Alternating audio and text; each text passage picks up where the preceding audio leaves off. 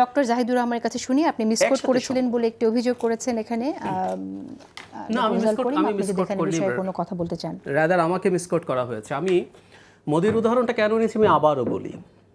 নির্বাচন হলে মোদির মতো ব্যক্তি ভারতের প্রধানমন্ত্রী হবে, এই ভয় দেখিয়ে ভারতের নির্বাচনকে পেছানোর বা নির্বাচন চুরি করার চেষ্টা হয় নাই। গণতন্ত্র এরকমই। উনি রিপিটেডলি তৃতীয়বারের মতো, এবং আমাদের মতো চুরির নির্বাচন না, জেনুইন নির্বাচনে নির্বাচিত জনগণ তাকে চেয়েছে। আমার 100 অভিযোগ আছে তার বিরুদ্ধে, এবং আবার ওইটাকে পলিটিক্যালি ফাইট করতে হবে। That's the question in fact. So কোনো দল ক্ষমতায় গিয়ে চাঁদাবাজি করবে, তার জন্য জনগণ এই সরকারকে চালিয়ে যাও হতে পারে বলছে কেউ কেউ। আমি জাস্ট এটুকু বলেছি, জামায়াতে ইসলামী এবং রেজাউল ভাইদের দায়িত্ব আছে জনগণকে বোঝানো, ওইটা কখনো এরকম একটা সরকারকে, ওনারা এটা বলেছেন তা বলিনি, রেজাউল ভাই বলছেন জনগণ এইভাবে ভাবছে, জনগণকে এভাবে ভাবার বিরুদ্ধে তাদের অবস্থান নেওয়া দরকার। কারণ তারাও একটা গণতান্ত্রিক সমাজের কথা বলেন, গণতান্ত্রিক রাষ্ট্রের কথা বলেন, সত্যিই তাই। তো তাই যদি হয়ে থাকে আমি বলছি ওনাদের ওই কর্তব্যটা আছে জনগণকে বলা, ঠিক আছে যে যেটা করছে তাকে তোমরা ভোট দিও না। উনি ওনার দলের পক্ষে ভোট চাইতে পারেন যে আমার দল করছে না, আমাকে ভোট দাও। এনসিপি তার কাছে চাইবে, বিএনপি তার মতো করে চাইবে, যে যেখানে যার যে সমস্যা আছে প্রত্যেকে তার প্রবলেমগুলো নির্বাচনের মাঠে আনবে।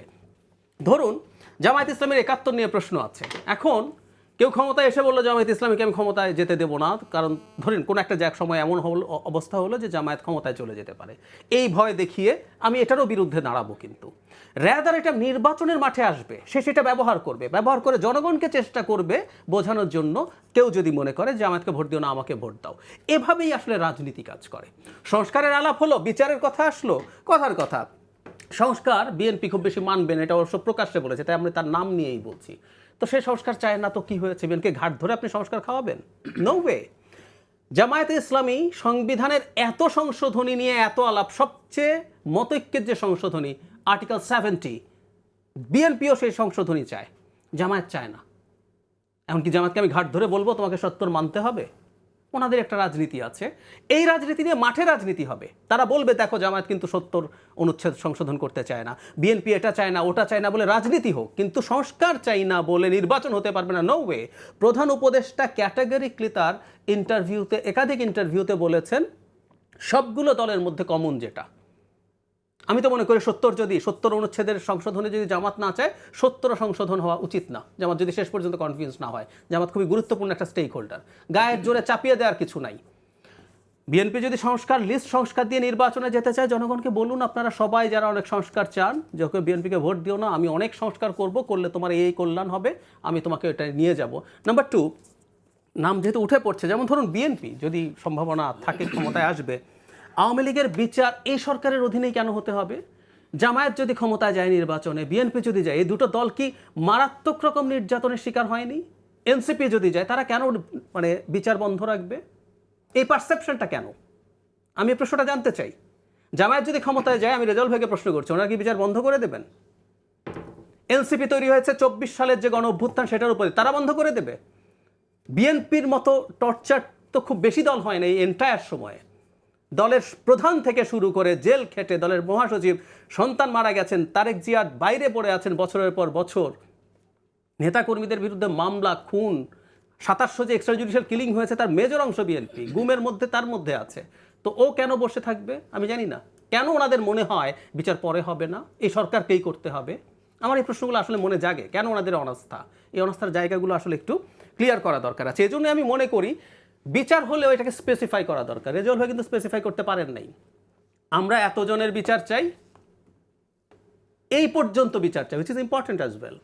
একটা তথ্য দেই, ওনাদের অনেক নেতাকে শেখ হাসিনার সময় মৃত্যুদণ্ড দেওয়া হয়েছিল আইসিটিতে। প্রথম যে বিচারের রায় হয়েছিল জনাব কাদের মোল্লার বিচার শেষ হতে, প্রাথমিক বিচার, এরপর কিন্তু আপিল হয়েছে, আরও অনেক স্টেপ হয়েছে, 2.5 বছর সময় লেগেছে, 2.5 বছর, আই রিপিট।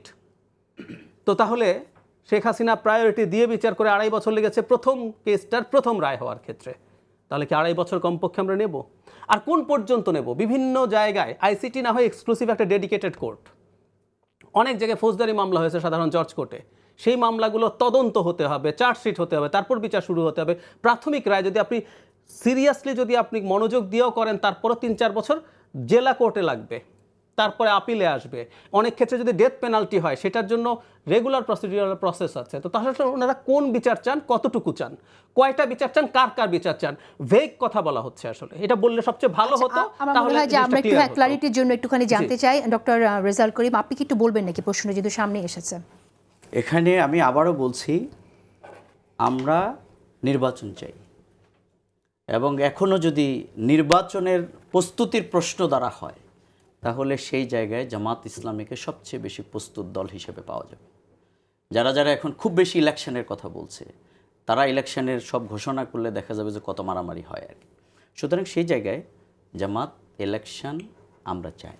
আমরা দেখছি যে আপনারা প্রার্থীও অনেক জায়গায় নির্ধারণ করে ফেলেছেন। সুতরাং সেই প্রশ্নটা আমাদের উপরে কেন ব্লেম আকারে দেয়া হয় না, কিন্তু এই যে আপনি বললেন যে নির্বাচন ডিসেম্বরে, আচ্ছা বাংলাদেশের কোন মানুষ বিচার চায় না আওয়ামী লীগের? নির্বাচনের সাথে বাংলাদেশের কোন মানুষ? না, আমরা তো সেটা বলছি না। না না, আমরা বলছি না যে এই সরকারের অধীনে সব বিচার হতে হবে। এই সরকারের অধীনে সব বিচার, কারণ বাংলাদেশের আওয়ামী লীগ 15 বছর যে জঞ্জাল তৈরি করেছে, তাহলে আমাদের আমিরে জামাত, সেক্রেটারি জেনারেল, আমাদের যে স্টেটমেন্ট সেগুলো আপনারা তাইলে পড়ছেন।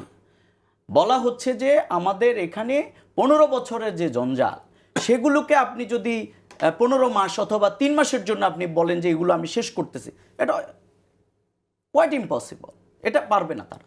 সুতরাং আমরা যেটা বলতে চাই সেটি হচ্ছে যে মানুষের যে প্রত্যাশার জায়গা, সেটা তো আপনাকে করতে হবে। এখন আমাদেরকে কেন, আমরা ইলেকশন চাই না বলে আমাদেরকে এই জায়গায় দাঁড় করে দেওয়ার, তো জাহিদ ভাই এখন বলছেন যেহেতু উনি আর আমি এখানে আছি, এটা তো উনি করতে পারেন না। কারণ আমরা বরং বাংলাদেশের রাজনীতিতে ইলেকশনের মাঠে কতটুকু তৎপর এটা দেখলেই বোঝা যায়। বরং কেউ আমাদেরকে ব্লেম করে।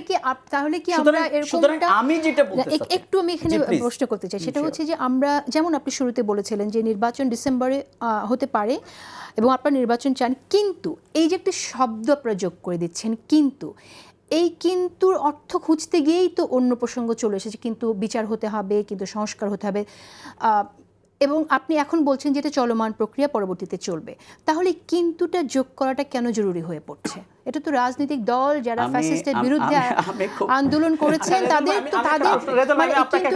আমি একটা প্রশ্ন করি, ধরে নেই তাত্ত্বিকভাবে এই সরকার বিচারের কাজে এক ফোঁটাও আগাচ্ছে না, থিওরিটিক্যালি একটা হাইপোথেটিক্যাল প্রশ্ন, থট এক্সপেরিমেন্ট, তো তাহলে কি নির্বাচন হবে না সহসা? অবশ্যই নির্বাচন লাগবে। তারা তো তখন আরো অপদার্থ হবে, যে তারা এই সরকার তখন আরো অপদার্থ হবে। আমি বলছি যেটা, সেটি হচ্ছে যে আপনারা যে কথাটা বলছেন, এই যে ডক্টর ইউনূসের ব্যাপারে মানুষ যে বলছে, স্বরাষ্ট্রমন্ত্রী বলতেছে যে আমাদেরকে, আবার উনি বলছেন যে এটা আমাদের কথা না, জনগণের কথা, আবার সম্ভবত মুখ্য সংগঠককে যেন সার্জিস আলম সেই বলছে, এরকম অনেক কিছু আমরা পত্রপত্রিকায় দেখি। আবার নাহিদ বলতেছে যে এই সরকারের পরে কিন্তু আর এই সংস্কার এগোবে না। আমরা এগুলো কোনোটার সাথে একমত না। আমরা মনে করি সংস্কার একটা চলমান প্রক্রিয়া, সুতরাং সেটা অবশ্যই হতে হবে। কিন্তু এই জায়গায় আমাদেরকে এবং বিএনপিকে যে জায়গায় নেওয়া হচ্ছে, এটা তো আমরা মানে মনে হয় কেউ এই জায়গার সাথে জড়িত না, নিচ্ছে হলো অন্যরা, যে আমরা হচ্ছে সংস্কার চাই আর বিএনপি হচ্ছে নির্বাচন চায়। না, বিএনপিও বলছে তারা সংস্কার চায়, তারা নির্বাচন চায়, আমরাও বলছি আমরা সংস্কার চাই, নির্বাচন। কিন্তু মাঝখানের এই ফাটলটা তৈরি করতেছে কে?